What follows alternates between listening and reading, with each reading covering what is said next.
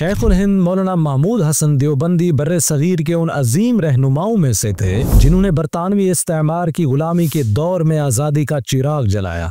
आप तहरीक रेशमी रुमाल के मामार, तहरीक खिलाफत और तहरीक तरक मवालात के कायद, जिंदान माल्टा के असीर, दारुल उलूम देवबंद के शेखुल हदीस और तहरीक आज़ादी के अजीम मुजाहिद थे। आपकी जिंदगी जहद मुसलसल, कुर्बानी और आज़ादी की तड़प से भरी हुई है।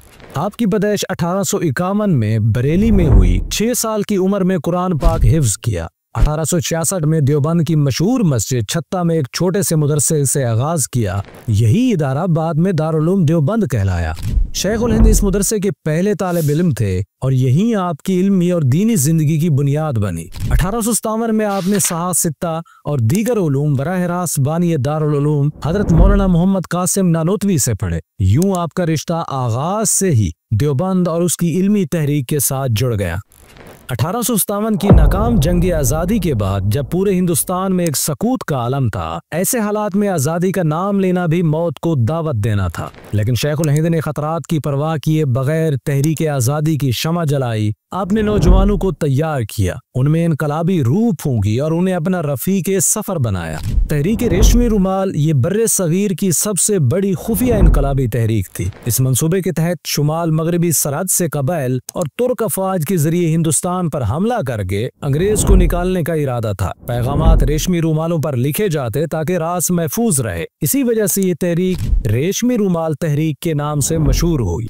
लेकिन ये तहरीक भी कामयाब न हो सकी और मंसूबा अंग्रेज को मालूम हो गया। 1916 में शेखुल हिंद और आपके रफ़का को मक्का मुकरमा से गिरफ्तार करके यूरोप के जजीरा माल्टा की जेल में भेज दिया गया। आपको 4 साल यानी 1916 से 1920 तक सख्त कैदोबंद की तकलीफें बर्दाश्त करना पड़ी, जहां तंग व तारीक कोठरियां, खाने पीने की किल्लत, शदीद सर्दी और गर्मी में सहूलत के फुकदान ने आपको जिस्मानी तौर पर कमजोर कर दिया। लेकिन आपके हौसले में जरा भी कमी न आई। 1920 में जंग के खात्मे पर रिहाई मिली। जब आप हिंदुस्तान पहुंचे तो पूरे मुल्क ने आपका फकीदुल मिसाल इस्तकबाल किया। कौम ने आपको असीर माल्टा और शेखुल हिंद के अलकाब से नवाजा। आप अभी कैद में ही थे कि हिंदुस्तान के उलमा ने सियासी मैदान में मुनज़्ज़म जद्दोजहद का फैसला किया।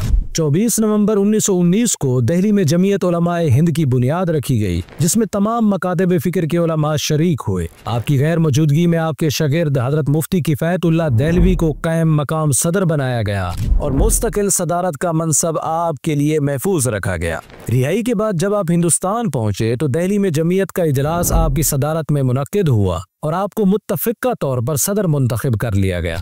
लेकिन अफसोस ज्यादा वक्त ना मिला। इसी इजलास के 1 हफ्ते बाद नवंबर 1920 में दिल्ली में आपका इंतकाल हो गया।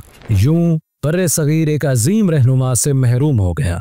दुआ करते हैं कि अल्लाह ताला उनकी कब्र मुबारक पर करोड़ों रहमत खास नाजिल फरमाए और हमें उनके नेक नक्शे कदम पर चलने की तौफीक अता फरमाए। उम्मीद करते हैं कि ये वीडियो आपके इल्म इजाफे का सबब बनी होगी। अगर ये वीडियो आपको अच्छी लगी तो इसे लाइक करें और शेयर भी कर दें। मिलते हैं एक नई वीडियो के साथ, तब तक के लिए इजाजत दें। अस्सलाम वालेकुम व रहमतुल्लाहि व बरकातहू।